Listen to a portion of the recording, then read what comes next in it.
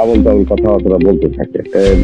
আবার আপনার কাছে চিঠিও দিচ্ছে দেখলাম, আর খোলা চিঠি আর কি। এটা খারাপ আর কি, একটা আর কি। না, খুব উপদেশটা বানাও দিন আমি এক নজর পড়ে ফেলাই দিচ্ছি। আমার উপদেশটা লাগবে না, এই দেশটা আমার বাপের, আমার বাপ স্বাধীন করে দিয়ে গেছে। আমি জানি এই দেশ আমি চিনি। আমি বাংলাদেশের বসে বসে কথা বলার শুট করে আবার আমার উপদেশটা বানাতে গেছে ওর একটা।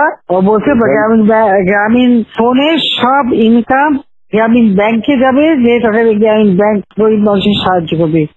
আর এই কথা করে আমার কাছে ওই গ্রামীণ ফোনের ব্যবসা দিয়ে ইউজ একটা টাকা পর্যন্ত গ্রামীণ ব্যাংকে দেয় নাই। আমি 400 কোটি টাকা গ্রামীণ ব্যাংকে দিচ্ছি, 400 কোটি টাকা। ওটা তার অন্যান্য প্রতিষ্ঠানে লাগাচ্ছি আর কি। না, তখন গ্রামীণ ব্যাংক ফাইলে বক্সে ঢুকাই দিই।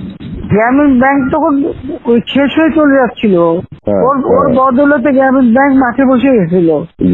ওটা সব ব্যাংকের সব টাকা তো লুচি খেয়ে গেছে। তখন আমি প্রথমে 100 কোটি, তারপর 200 কোটি, তারপর আবার 100 কোটি, এটা 98 সালে দিচ্ছি, চালু রাখছি।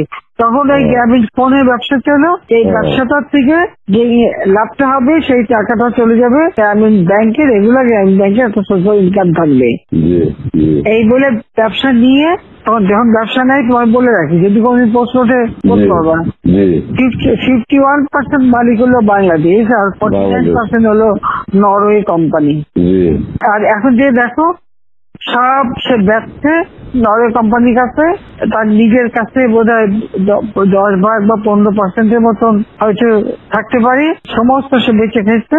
আর একটা টাকা কোনদিন গ্রামীণ ব্যাংকে এখান থেকে দেয় নাই। আর আমরা সবকিছু ফ্যাসিলিটি তাকে দিচ্ছিলাম, রেলওয়ে, ফাইবার অপটিক ব্যবহার থেকে শুরু করে সবকিছুতে তাকে সুযোগ দেওয়া হয়েছিল। ওভাবেই তো গ্রামীণ ফোনটা তো অন্যদের থেকে সে সবচেয়ে বেশি সুবিধা পাইছে। ওর একটা রক্ত চুষে খাইছে সব। আমি বলছি যে রক্ত শোষা, গরিবের রক্ত শোষা। 30% তার হিসাব করলে 30% সুদ হতো। সে যা গ্রামীণ মানুষকে যে লোন দিত, তাতে তার যে কম্পাউন্ড ইন্টারেস্ট যদি আপনি ক্যালকুলেশন করেন, 40-47% যেত, দেখে এমন হয়, তাহলে আর লোকের আর কি থাকবে, ও তো গরিব আরো বেশি করে হয়ে যাবে।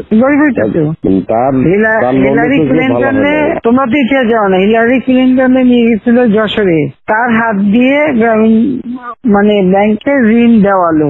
এরপর সেই লোকগুলি সাধারণ গরিব লোক, হরিজন গ্রুপ, তারা ওই এলাকায় আর থাকতেই পারে নাই, কারণ ওই ইন্টারেস্ট দিতে তারা ফকির হয়ে নিজের যে বাড়িঘর ভিটা মাটি তাও কেড়ে নিয়ে গেছে। তারপরে তারা ওই এলাকা থেকে হারাই গেছে।